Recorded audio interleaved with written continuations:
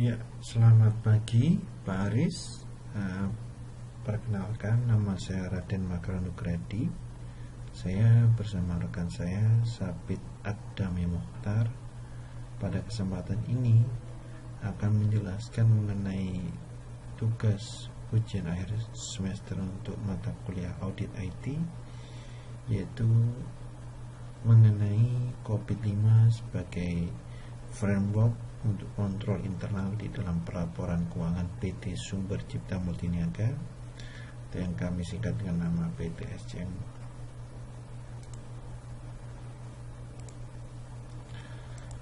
Untuk agendanya kita bagi menjadi beberapa bagian. Yang pertama mengenai latar belakang kenapa kami memilih ataupun memutuskan untuk membahas mengenai perihal ini dengan metodologi yang kami gunakan untuk selama penelitian, hasil percobaan seperti apa, dan yang terakhir adalah mengenai kesimpulan dan saran. Oke, kita mulai saja. Menetar belakangnya, PT SCM merupakan perusahaan yang secara legal dapat melakukan distribusi maupun penjualan rokok dengan merek dagang PT Jarum. Sehingga PT SCM sendiri itu memiliki hak untuk dapat melakukan distribusi rokok-rokok yang dimiliki oleh PT Jarum. Kemudian PT SCM pada tahun 2016 ini memiliki jumlah DSO sejumlah 98 cabang yang tersebar dari Sabang sampai Merauke, di mana untuk pelaporan keuangan PT SCM sendiri masih belum terstandarisasi dan terintegrasi dengan baik. Yang kami maksud di sini adalah adanya laporan-laporan keuangan yang masing-masing daerah mempunyai pakem atau mempunyai template sendiri, sehingga kami merasa bahwasanya hal ini perlu dikembangkan atau perlu dilakukan semacam standar yang harusnya dapat digunakan oleh masing-masing daerah atau yang kami sebut dengan DSO untuk dapat melakukan pelaporan keuangan di PT SCM. Kemudian inti dari itu adalah manajemen puncak membutuhkan kontrol dan pengawasan terhadap kinerja perusahaan menggunakan teknologi IT yang ada. Kaitan ini adalah manajemen mengetahui bahwasanya apakah keuangan dari PT SCM itu sendiri dalam kondisi yang stabil, sehat, aman, dan dapat menentukan kebijakan-kebijakan untuk kedepannya dalam menghadapi tantangan maupun kompetisi yang ada di era global sekarang ini. Kondisi saat ini yang terjadi di daerah kami, bahwasanya di District Sales Office yang kita singkat dengan DSO itu tiap minggu dia membuat laporan penjualan mingguan. Dalam laporan penjualan ini yang dimaksud laporan penjualan rokok yang dilakukan rekap yang merupakan hasil dari laporan tiap harinya. Tuh. Dan yang kedua, pembuatan laporan kas untuk operasional maupun rokok. Jadi laporan keuangan sendiri kita bagi jadi dua bagian besar laporan kasnya, yaitu kas operasional yaitu yang meliputi untuk misalnya kita untuk melakukan BBM, pembayaran listrik, kemudian servis peralatan kantor, servis mobil, servis kendaraan, itu kita melakukan laporan kas operasional ataupun yang disebut dengan kas operasional. Sedangkan kas rokok itu hanya murni diterima dari penjualan rokok ataupun adanya transaksi yang berkaitan dengan rokok. Jadi kas kita bedakan jadi dua. Dan RS Surabaya itu membawai sekitar 46 DSO, di mana DSO itu biasanya berada pada setiap kabupaten yang ada di setiap daerah. Untuk daerah-daerah DSO yang di cover oleh RSU Surabaya atau yang kita sebut Regional Sales Office adalah mulai dari Provinsi Jawa Timur dan kemudian selain Kalimantan Barat ke timur sampai dengan NTB, NTT, Sorong, Jayapura, dan Merauke. Nah, setiap minggunya laporan-laporan tersebut akan direkap oleh masing-masing staf finance yang ada di RSU Surabaya, di mana laporan-laporan tersebut terdiri dari itu tadi yang saya sampaikan mengenai laporan keuangan dari kas operasional maupun rokok. Tujuannya apa sih? Adalah untuk laporan keuangan mingguan yang nanti akan digunakan untuk masing-masing manajer ataupun manajemen untuk menentukan kebijakan selanjutnya, apakah perlu diberikan jumlah pasokan untuk keuangan kas operasional di DSO tersebut berapa, kemudian apa yang harus dilakukan untuk strategi ke depannya, bila mana bisa turun maka kelihatan di laporan keuangan tersebut. Nah, hal inilah yang dibutuhkan oleh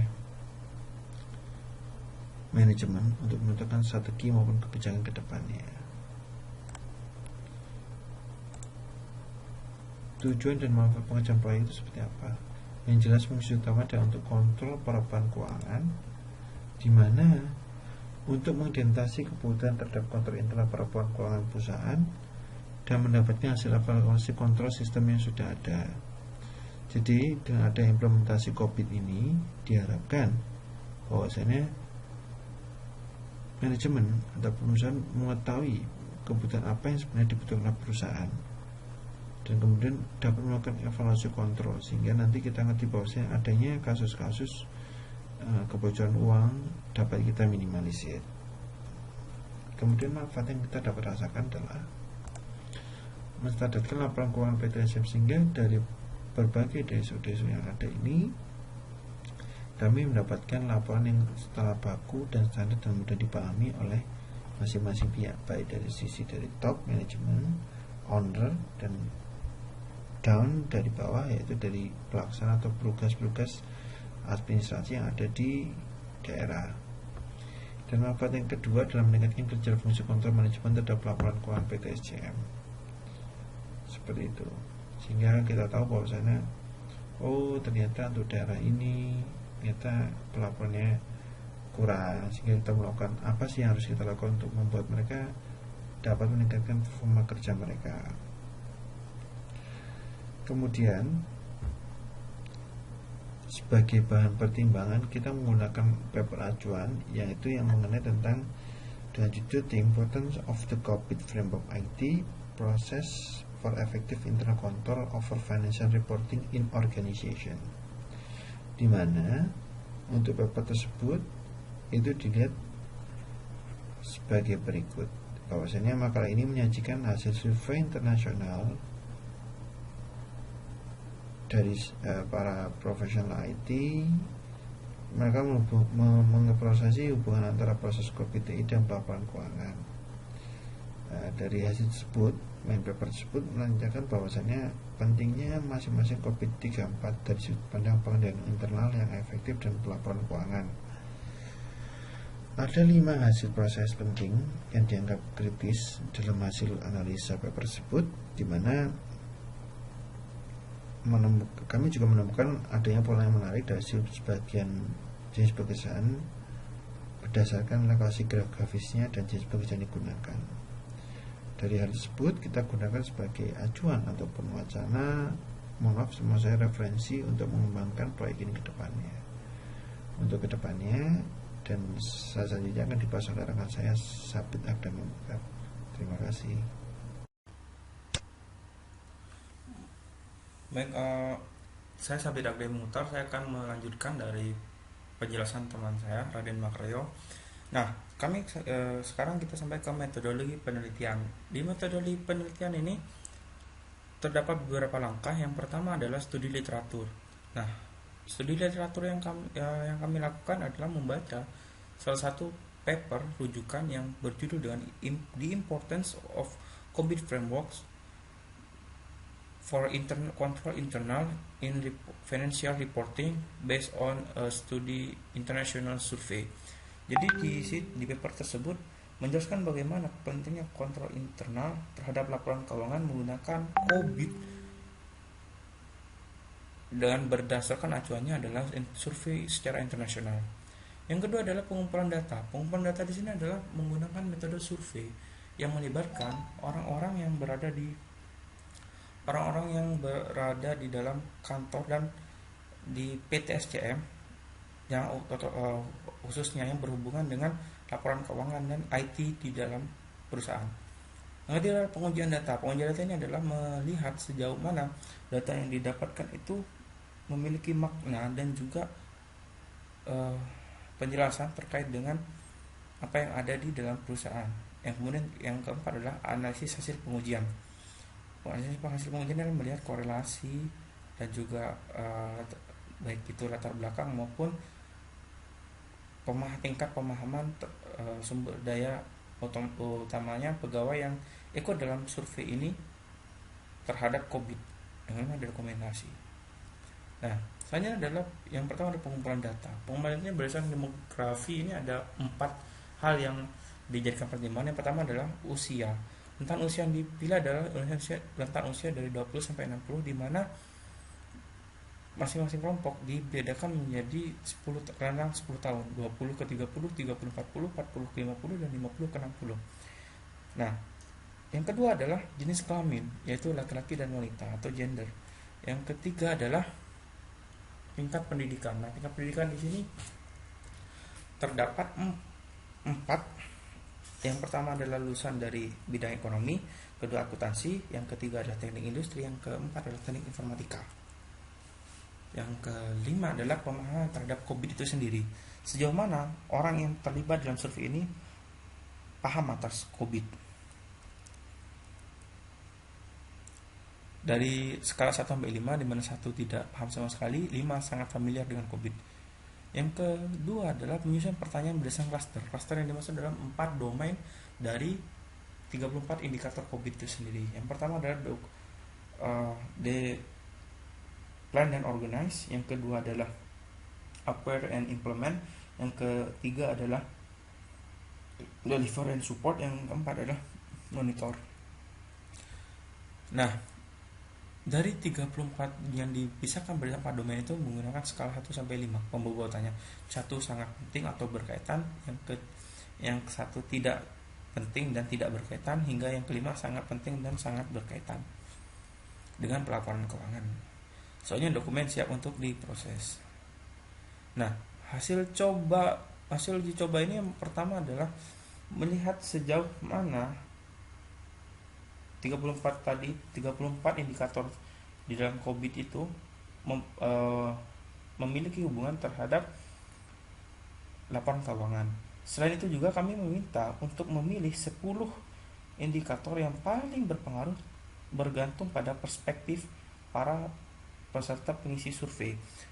Dari hasil itu maka didapatkan bahwa memastikan keamanan sistem merupakan hal yang paling atau yang menjadi concern daripada orang-orang yang berada di situ, orang-orang yang mengikuti survei, dari staf-staf yang mengikuti survei. Yang kedua dengan menetapkan rencana strategis TI, menetapkan arah teknologi, menetapkan proses TI dan organisasi serta yang lain-lain.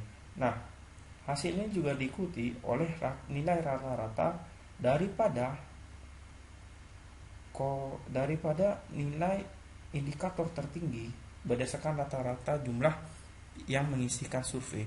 Sama, menginstansikan keamanan sistem itu memiliki bobot tertinggi secara rata-rata yang diikuti oleh menetapkan rencana strategis, menetapkan arah teknologi, dan menetapkan proses TI dan organisasi serta hubungannya dan lain sebagainya. Hingga 34 indikator terisi semua berdasarkan jumlah pemilih. Yang kedua adalah hasil cobanya adalah melihat korelasi antara laporan keuangan dengan kontrol internal IT. Nah, ini kita melihat dari relasi yang pertama adalah F1, yang kedua adalah F2 dan yang ketiga F3. Menggunakan principal component analysis yang menjadi garis ortogonal atau dari F1, F2 dan F3. Yang pertama adalah F1, melihat sejauh mana 34 indikator ini berhubungan dengan IT yang sudah ada sekarang.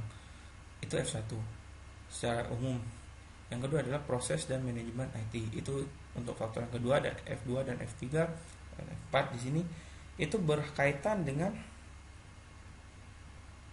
keadaan organisasi. Jadi nilai-nilai yang di sini ditunjukkan 0,755, 0,787 ini kita ambil dengan nilai yang di atas 0,7, berarti memiliki kaitan dan hubungan khusus antara ortogonal, faktor ortogonal dengan 34 deskripsi tadi. Nah, di sini kami menggunakan berdasarkan acuan paper kami. Nah, seperti itu. Oke. Nah, kita akan sampai kesimpulan. Kesimpulan adalah menjawab dari tujuan penelitian ini dilakukan. Yang pertama adalah kesimpulan yang pertama adalah terdapat korelasi yang cukup signifikan antara kontrol internal TI dan pelaporan keuangan. Seperti yang ditunjukkan di menggunakan prinsip komponen analisis tadi, bahwa terdapat beberapa komponen yang menunjukkan hubungan yang cukup signifikan antara keduanya. Yang kedua adalah COVID sebagai kerangka kerja untuk membangun kontrol internal terhadap laporan keuangan sudah cukup signifikan dan dapat digunakan dan serta diimplementasikan, karena COVID ini memiliki 34 indikator yang sudah cukup meliputi seluruh keadaan atau kondisi dari suatu perusahaan. Sehingga bagi kami dari hasil survei ini, COVID sudah cukup signifikan untuk diimplementasikan. Yang ketiga adalah sebenarnya untuk menjadi bahan evaluasi terkait sumber daya yang dimiliki oleh perusahaan, utamanya dalam pemahaman terhadap COVID dan kondisi internal perusahaan. Ini ternyata staf yang terlibat belum memahami sepenuhnya tentang permasalahan yang ada. Hal ini ditujukan oleh hasil survei kami berdasarkan demografi tentang tingkat pemahaman mereka terhadap COVID. Dengan skala 1-5 mereka banyak mengisi di skala 1 dan 3, di mana 1 itu sama sekali tidak tahu mengenai COVID, yang kedua kurang memahami, yang ketiga cuma pernah cukup paham terhadap COVID. Tidak ada yang sampai benar-benar paham dan sangat familiar dengan COVID. Itu tingkatan 4 dan 5. Jadi kami mengambil kesimpulan bahwa staf di sini perlu dibekali lagi, karena sebelum melakukan survei pun kami juga menjelaskan tentang terkait COVID itu sendiri. Saran yang perlu dilakukan untuk sebagai feature works penelitian ini ke depan adalah: pertama, data survei perlu melibatkan pihak eksternal agar semakin baik. Berdasarkan dari paper yang kami rujuk, ini membutuhkan bahwa survei yang dilakukan itu dilakukan oleh orang-orang yang berkecimpung dengan IT profesional, audit yang berjalan sebagai auditor mandiri atau independen, dan juga sudah sangat familiar dengan COVID, sehingga hasilnya cukup baik dan dapat lebih dipercaya. Nah, hasil cukup lebih baik. Nah, maka dari itu perlu dalam menyusun kontrol internal ini, melakukan audit sistem ini, menurut saya perlu melibatkan pihak luar, utamanya orang yang berkecimpung dengan audit dari audit independen, badan independen. Yang kedua adalah menambahkan referensi lain yang masih cukup signifikan terhadap penelitian ini. Jadi terdapat banyak sekali referensi-referensi yang berkaitan dengan COVID dan juga bagaimana implementasinya di perusahaan, sehingga menurut kami perlu adanya tambahan lagi referensi-referensi yang bagus dan cukup baik di penelitian ini. Baik, itu saja dari kelompok kami. Terima kasih atas perhatiannya. Assalamualaikum warahmatullahi wabarakatuh.